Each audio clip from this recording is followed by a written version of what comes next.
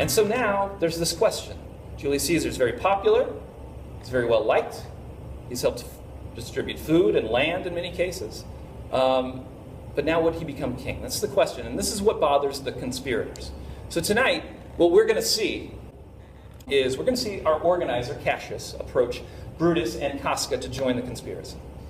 There's also 4 other conspirators that play their role. And at this point, I should explain a little bit about my personal connection to the material.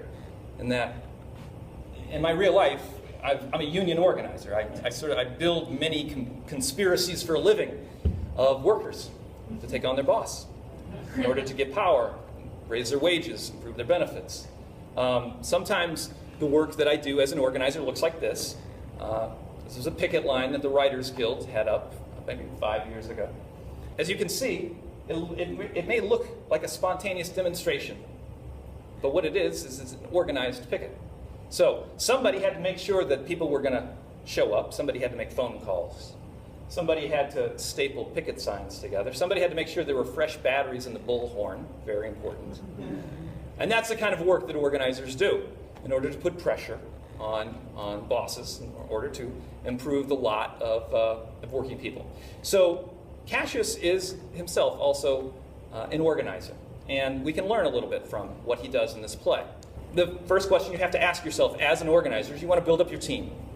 So who should be on your team? Who do you want to recruit? And in this play, Cassius spends a lot of time trying to recruit Brutus in the conspiracy. In fact, he's really fixated on it. He feels that the conspiracy will not be successful. So without Brutus. So why? Why is Brutus so important to the conspiracy? He is what we call in organizing lingo, he's an IP. He's an influential person. Okay? And when you're building up your committee, and it could be a union committee, it may be a committee to fight for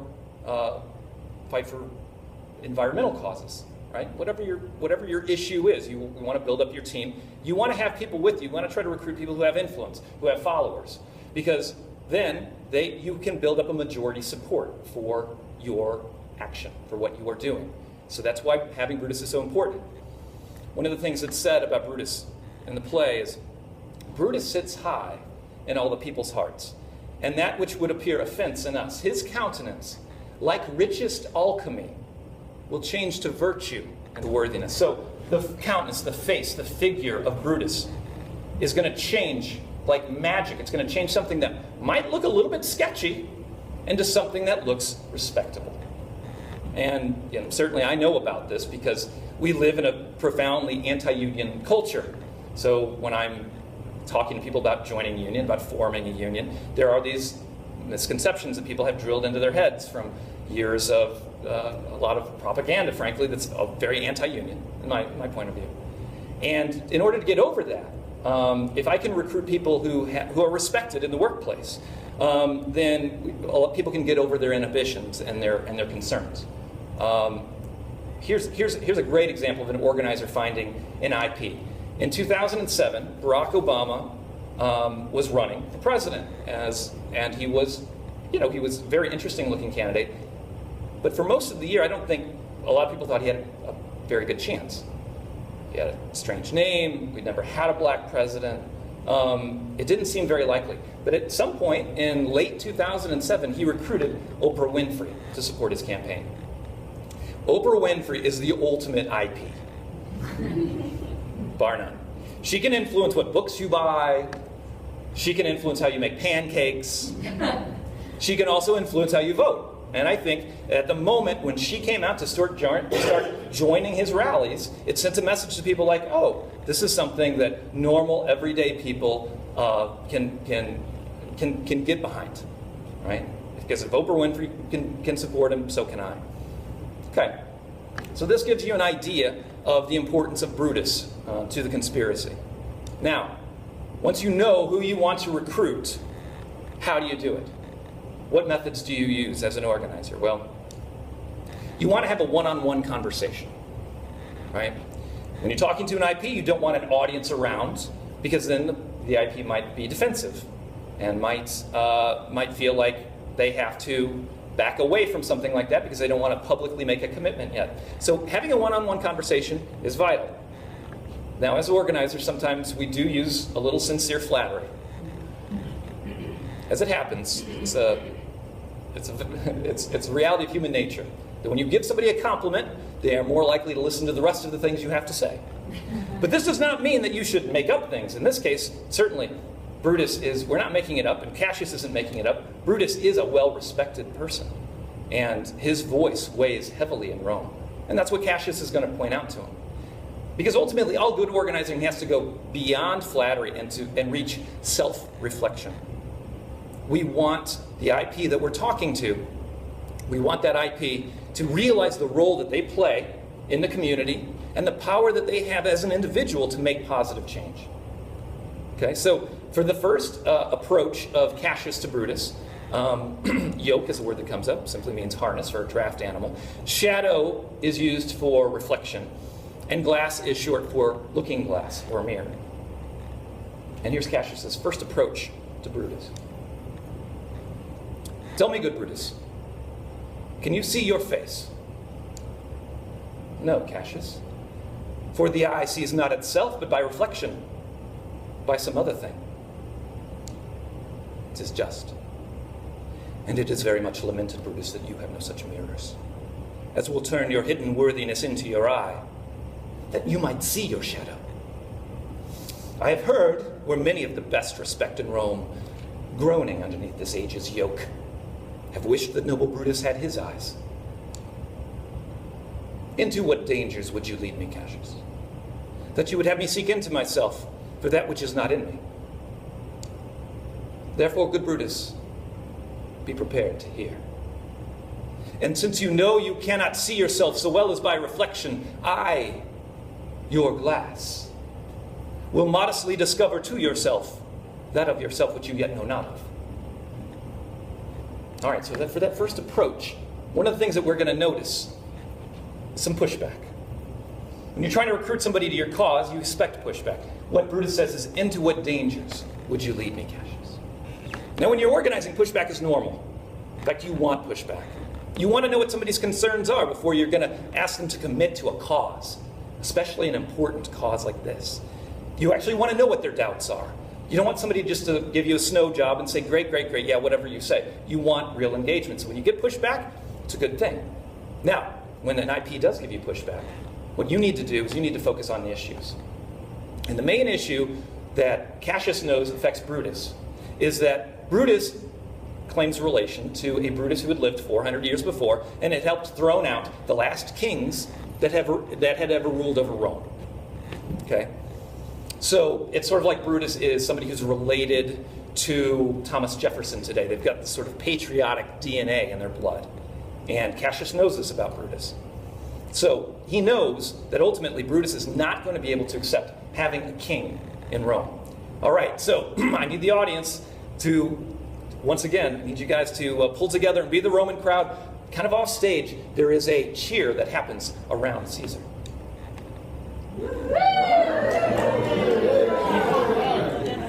What means this shouting? I do fear the people choose Caesar for their king. I do fear it. Then must I think you would not have it so? I would not, Cassius. Yet I love him well. But wherefore do you hold me here so long? What is it that you would impart to me? Okay. So now Cassius has an opportunity to tell the story. When we're organizing, when we're building our group, we have to use narrative in order to motivate people to get through a struggle. What we see here is the importance of mythos versus logos. Mythos knowing the stories that we tell ourselves about ourselves, and logos are those little facts that make up the universe.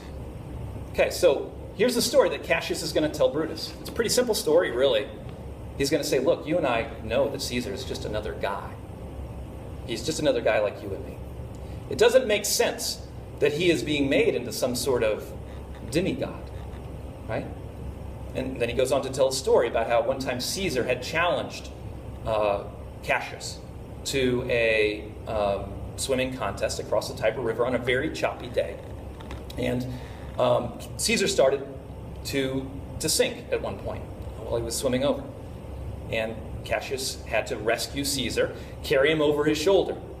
And the point of the story is that Cassius is basically saying, look, if anybody's going to be the big guy around here, the big cheese, it should be me. Right? I'm tougher than Caesar. But he makes an important comparison that organizers have to do. He compares himself to one of the great mythic figures of the past. In this case, Aeneas. Aeneas is one of the founders of Rome. He fled Troy, the mythology goes, while Troy was being sacked by the Greeks. And he carried his father over his shoulder, Anchises. He would go on to have some adventures and eventually found Rome. So it's interesting that Cassius makes this comparison between himself and one of the great heroes of the past. Because this is what we have to do sometimes as organizers. You know, we have a way of mythologizing the great heroes, whether it's Martin Luther King, Nelson Mandela, Gandhi. We have a way of making them into sort of superheroes. When in reality, they were just people, like all of us. They were people who had to make decisions. They weren't superheroes. So as organizers, we need to sometimes put ourselves up on that same level as the great heroes of the past, or humanize those heroes so that we can relate to them, right? And we can relate to ourselves and the roles that we can play in shaping history. So now Cassius is going to tell the story. The one word that pops up here, ere, simply means before, ere midnight, before midnight. So here goes Cassius in his attempt to tell the story to Brutus. Well, honor is the subject of my story. I cannot tell what you and other men think of this life, but for my single self, I had as lief not be, as live to be in awe of such a thing as I myself. I was born free as Caesar. So were you. We both have fed as well. We can both endure the winter's cold as well as he. For once, upon a raw and gusty day, the troubled Tiber chafing with her shores, Caesar said to me, "Darest thou, Cassius, now leap in with me into this angry flood and swim to yonder point?" Upon the word, accoutred as I was, I plunged in and bade him follow. So indeed he did. The torrent roared, and we did buffet it with lusty sinews, throwing it aside and stemming it with hearts of controversy. But ere we could arrive the point proposed, Caesar cried, "Help me, Cassius, or I sink." I, as Aeneas, our great ancestor, did from the flames of Troy upon his shoulder the old Anchises bear, so from the waves of Tiber did I the tyrant Caesar. And this man has now become a god. And Cassius is a wretched creature, and must bend his body if Caesar carelessly but nod on him. Why, man, he doth bestride this narrow world like a colossus. And we, petty men, walk under his huge legs and peep about to find ourselves dishonorable graves. Men, at some time, are masters of their fate. The fault, dear Brutus, is not in our stars, but in ourselves that we are underlings. Upon what meat did this our Caesar feed, that he's grown so great? Age, thou art shamed. Rome, thou hast lost the breed of noble bloods. Oh, you and I have heard our fathers say there was a Brutus once, who would have brooked the eternal devil to keep his state in Rome as easily as a king